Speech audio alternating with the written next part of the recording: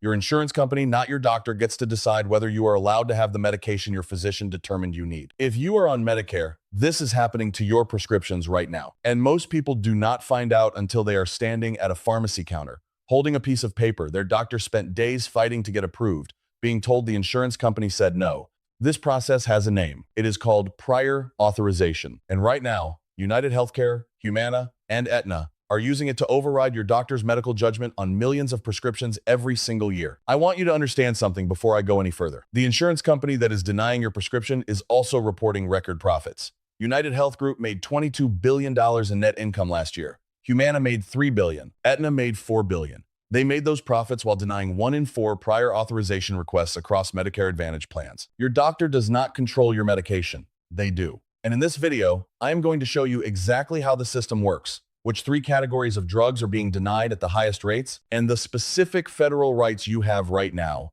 to fight every single one of those denials. Stay with me, because what I found inside a 2023 Senate investigation is something insurance companies were very much hoping you would never read. Let me give you the scale of this problem so you understand exactly who is affected. 33 million Americans are currently enrolled in Medicare Advantage plans. These are not Medicaid. These are not charity plans. These are private insurance plans sold by UnitedHealthcare, Humana, Aetna, and others that people pay for out of their Social Security income every single month. In 2022 alone, Medicare Advantage plans submitted 35 million prior authorization requests. 2 million of those were denied. 2 million times, a Medicare patient's doctor said, this person needs this treatment, and the insurance company said no. Here is what should make you furious. When patients appealed those denials, 82% were overturned.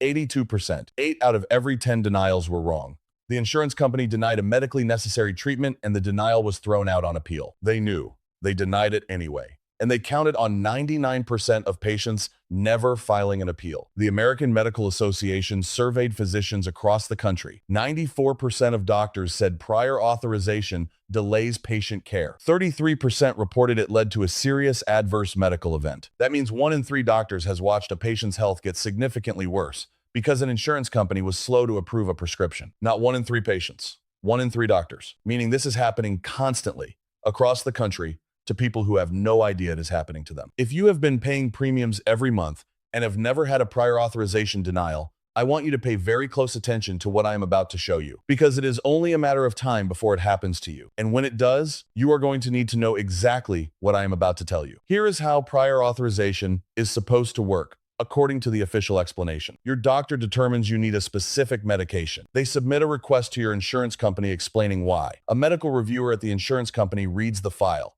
They approve or deny based on clinical criteria. That is the story they tell. Here is what is actually happening inside UnitedHealthcare, the largest health insurer in America. UnitedHealthcare built an artificial intelligence system called NH-Predict. This system reviews prior authorization requests automatically. No human reads your file. A computer pattern matches your diagnosis against a statistical model and issues a determination in seconds. A Senate Finance Committee investigation published in 2023 found that NH-Predict has a documented denial rate of 90%. 90%. That is not denying, obviously, unnecessary treatments. That is denying treatments where your doctor has already established medical necessity. The AI is overriding doctors at a rate of 9 out of 10 cases. But here is the part that should produce genuine outrage. That same Senate investigation obtained internal UnitedHealthcare documents showing that the company set the AI's thresholds based on financial targets, not medical evidence. They were adjusting how many claims to deny based on what they wanted to spend that quarter, not based on your health, based on their profit targets. UnitedHealthcare used an artificial intelligence system calibrated to their quarterly earnings goals to override your doctor's prescription, and they are not alone. The Senate investigation found that Humana and CVS Aetna were running nearly identical systems. 3 companies, 160 million Americans covered between them. The mechanism they use to enforce these denials most aggressively is called step therapy. You may also hear it called fail-first protocols. The concept is this: before the insurance company will approve the medication your doctor prescribed, they require you to try a cheaper drug first and fail on it, meaning experience a complication or prove the cheaper drug does not work for your condition. So your doctor looked at your specific history, your specific test results, your specific risk factors, and determined that you need drug A. Your insurance company says, no, try drug B first. Drug B is cheaper. We will approve drug A only after you prove drug B does not work for you. The proof they require is often a medical complication. Your doctor knows drug B has a higher risk of causing harm in your specific case. They prescribe drug A for exactly that reason. The insurance company overrides that judgment and sends you home with the cheaper option. This is the system. This is how it works. And in a few minutes, I am going to show you the specific language that triggers a federal 72-hour clock on any prior authorization denial. Write it down when I get there. Now, I want to tell you about Linda. Linda is 67 years old. She spent 28 years as a school administrator in Nashville, Tennessee, before retiring in 2021. When she enrolled in Medicare, she chose a Humana Medicare Advantage plan. The monthly premium was lower than original Medicare with a supplement plan. Her neighbor was on it and had no complaints. She thought she was getting a good deal. In February of 2024, Linda had a stroke. She survived. Her recovery was significant. But her cardiologist prescribed a medication called Eliquis, a blood thinner proven to reduce the risk of a second stroke by 28% compared to older alternatives. Humana denied it within 48 hours. The denial letter said Eliquis was not medically necessary because alternative blood thinners were available at lower cost. Her cardiologist appealed. He submitted documentation explaining that the cheaper alternative, warfarin, carries a higher bleeding risk for patients with Linda's kidney function numbers. He included her lab results. He included peer-reviewed clinical guidelines. Humana denied the appeal. He submitted a second appeal with an additional letter from a specialist. Denied again. 4 months after her first stroke, Linda had a second one. This one was more severe. She spent 11 days in a hospital in Nashville. Her total medical bill came to $94,000. Humana covered $61,000. Linda owed $33,000 out of pocket. She later learned from a patient advocacy organization that she had the right to request an expedited, independent external review under federal law, a process that would have forced an independent physician with no financial relationship with Humana to review her case within 72 hours. She did not know that right existed. Nobody at Humana told her. The denial letter did not mention it. Linda's situation is not unusual. Not remotely. The American Journal of Public Health published a study in 2023 that found step therapy delays for anticoagulant prescriptions, exactly the category of blood thinner Linda needed, are directly linked to increased stroke and heart attack rates in Medicare patients. The delay itself is the danger, and insurance companies have the data. They know. The first category of medications being denied at the highest rates across Medicare Advantage plans is anticoagulants. Blood thinners. Drugs like Eliquis and Xarelto represent the current standard of care for patients with atrial fibrillation, deep vein thrombosis, and post-stroke prevention. They are safer than older options. They require less monitoring. Multiple large clinical trials have shown they carry significantly lower rates of serious internal bleeding compared to warfarin, the drug that has been on the market since the 1950s. Eliquis costs the insurance company roughly $15 to $20 per day. Warfarin costs under $1 per day. Under step therapy protocols at UnitedHealthcare, Humana, and Aetna, Medicare Advantage patients are routinely required to fail on warfarin before the insurer will approve Eliquis, even when their physician has explicitly documented that warfarin is contraindicated for their specific case. Let me tell you what failing on warfarin looks like in practice for a 68-year-old with atrial fibrillation. It can look like a hemorrhagic stroke. It can look like a serious gastrointestinal bleed. It can look like an emergency hospitalization that costs 200 times more than the premium savings the insurance company was protecting. And when that happens, the insurance company does not pay the full bill. Your 20% cost sharing does. Your out-of-pocket maximum does. Your life savings do. A 2024 analysis published by the American Heart Association examined Medicare patients who were prescribed anticoagulants and experienced a prior authorization denial. It found that those patients were 31% more likely to experience a serious cardiac event within 90 days of the denial compared to patients whose prescriptions were approved immediately. 31% more likely to have a heart attack or stroke. The insurance company made a financial calculation that saving $14 a day was worth that risk. They made that calculation about your body, about your life expectancy, without your knowledge or your consent, and they do it by the millions. The second category of medications being denied is diabetes drugs, specifically a class called GLP-1 receptor agonists. You know these by their brand names: Ozempic, Mounjaro, Trulicity, Rybelsus. These drugs have become culturally associated with weight loss, and insurance companies have used that association to justify denial after denial. But GLP-1 medications are not primarily weight loss drugs for the Medicare population. They are first-line treatment for type 2 diabetes with cardiovascular disease, and the American Diabetes Association recommends them specifically for patients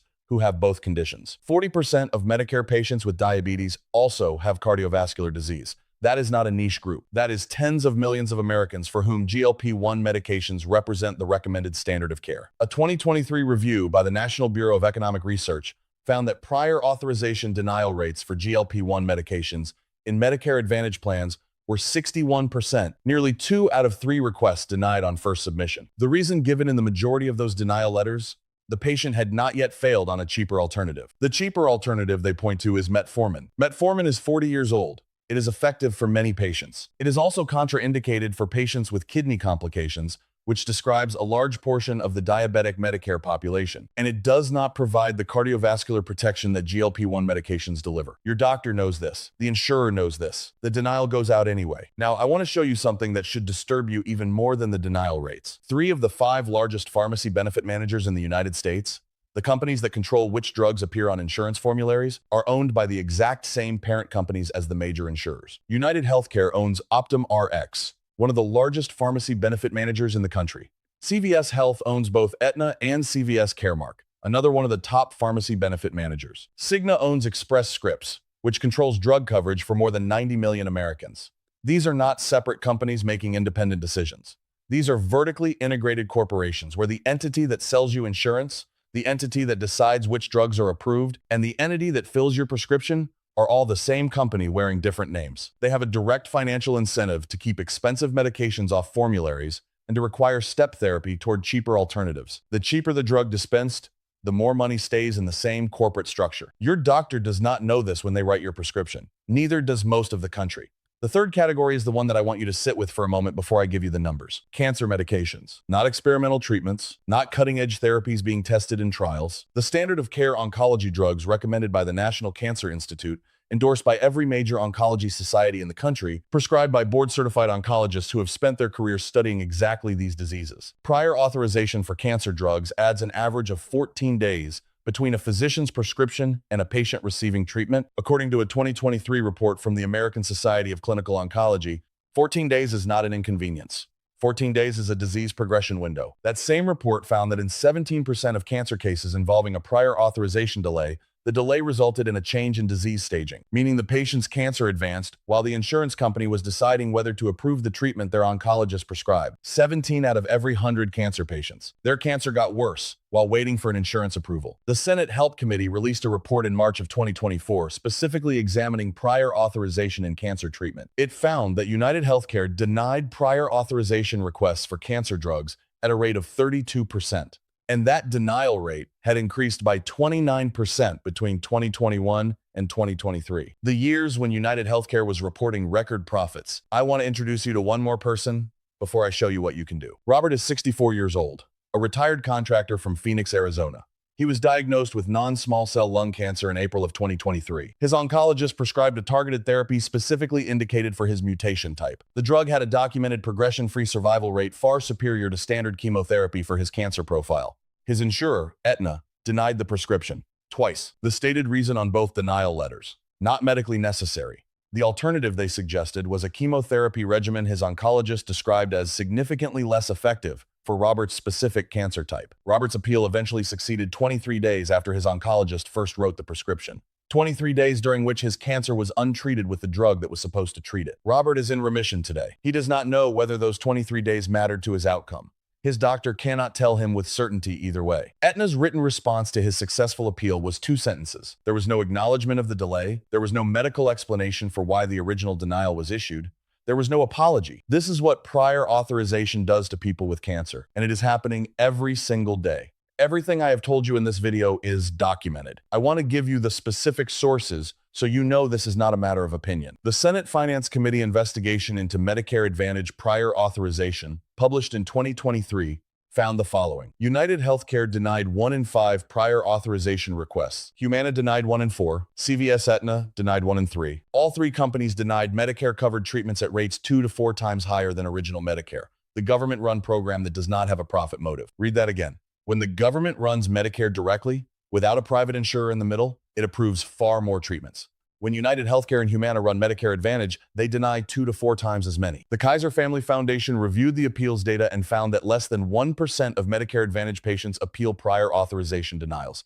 Less than 1%. And of those who do appeal, 82% win. The math here is intentional. Insurance companies issue millions of denials. They know 82% are wrong. They count on the fact that less than 1% of people will challenge them. The 99% who do not appeal absorb the cost in their health and in their wallets. The Centers for Medicare and Medicaid Services conducted an audit of Medicare Advantage plans in 2023. They found that 22% of prior authorization denials did not meet Medicare coverage criteria, not questionable calls, not gray areas. 22% of denials were violations of the rules the insurance company contractually agreed to follow when they signed up to offer a Medicare Advantage product. 22% of millions of denials is not a compliance error. It is a systematic practice. And the American Medical Association found that 62% of physicians reported that prior authorization had led them to abandon a recommended treatment for a patient. Not delay it, abandon it. Because the appeals process was so difficult, the patient gave up. This is the documented reality of the system you are paying into every month. So what does this mean for you? There are 4 specific rights you have under federal law.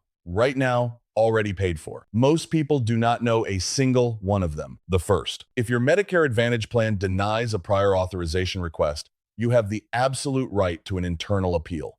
That appeal must be decided within 60 days for a standard request. For urgent requests, the insurer has 72 hours. The Medicare Modernization Act guarantees this. If your insurer does not give you written notice of your right to appeal in the denial letter, they are in violation of federal regulations, and you can report them directly to CMS.